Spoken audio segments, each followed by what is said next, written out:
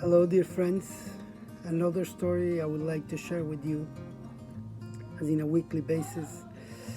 I want to share with you, but only personal stories, things that happen to me in real life with real people nowadays. And I share it with you because I think that those are the stories that we see. This is the real Am Israel, people who are out there. So this story happened. I don't usually travel so far away for a bris. I stay within the islands and Florida because there's other mohels, in other towns. But this time it was a Shabbat Brit, and this Brit was in LA, in an area that there was no mohel. And the family was a family that was very close to me, that I know him from a long time.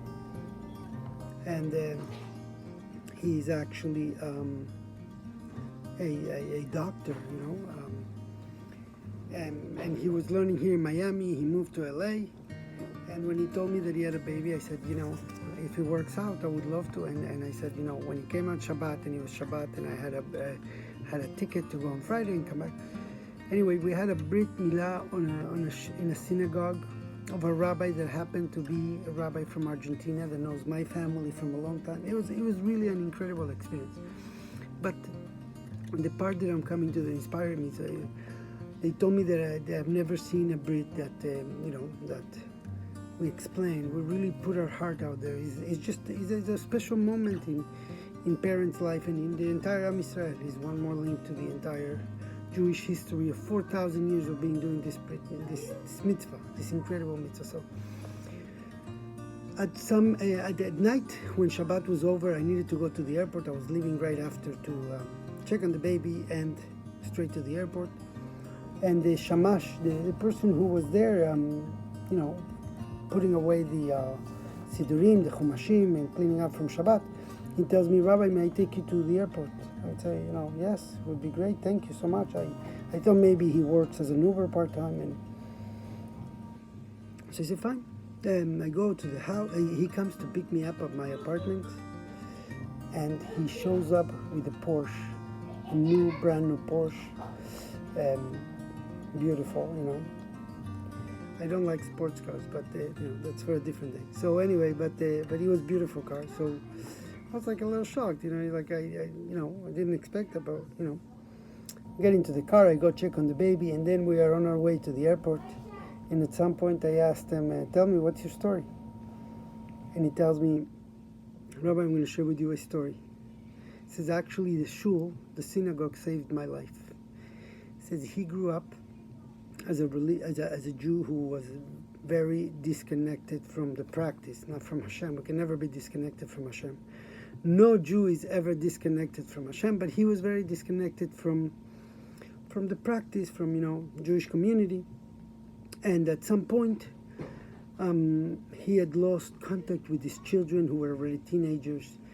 He says to me, he says, you don't even know. He says, having so much money, he had a few buildings in downtown LA. He tells me at some point it was so hard to keep in the good track, even if you tried to, because the temptations were not, you didn't have to go look for them. They would push them into you.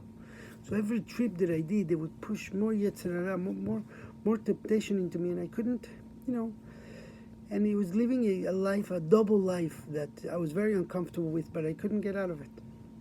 He says, then my partner of many years tricked me, and I lost all of my buildings. I lost everything. He bankrupted everything, and he took out a lot of cash. He split, and I remained with one building that I was collecting rent, but basically I lost all my fortune. And one day I was very, very sad, and I ended up going to a simcha at the synagogue, and the rabbi out of nowhere came to me and he said, would you like to help me put away the sidurim, the chumashim? And he's like, yeah, sure. So he went and he started to put the chumashim, and he felt such a connection. He says every time he picked up a sidur, he felt love for it. He didn't even know what it was. He didn't know what was written in it. He didn't even know anything. He took every sidur and he kissed it. He took every chumash and he kissed it. So he didn't know. So anyways, he started coming every Shabbat afternoon to help the rabbi clean up the shul, and he loved it. He started to continue slowly. He started to reconnect with his wife. started having an honest and open relationship, loving relationship. And then he started connecting with his children, and then he helped them get married, and he said that his life had turned around. He said, but it wasn't because of him. It was a gift from Hashem that he was able to turn around his life. And he says, so I have a little money, he says, but my job is to be a shamash, to help in the synagogue. So I want to tell you that in the parasha it says last week, Hashem tells Aaron, he says, go bless the Jewish people, and so you shall tell them, may Hashem bless you and watch over you. Bless you financially, but he watch over you from the negative impact that a lot of blessing could have in you. So it has to protect us. So we ask Hashem, bless us, but protect us from the negativity. We should only use it for great. So Shabbat Shalom, everyone.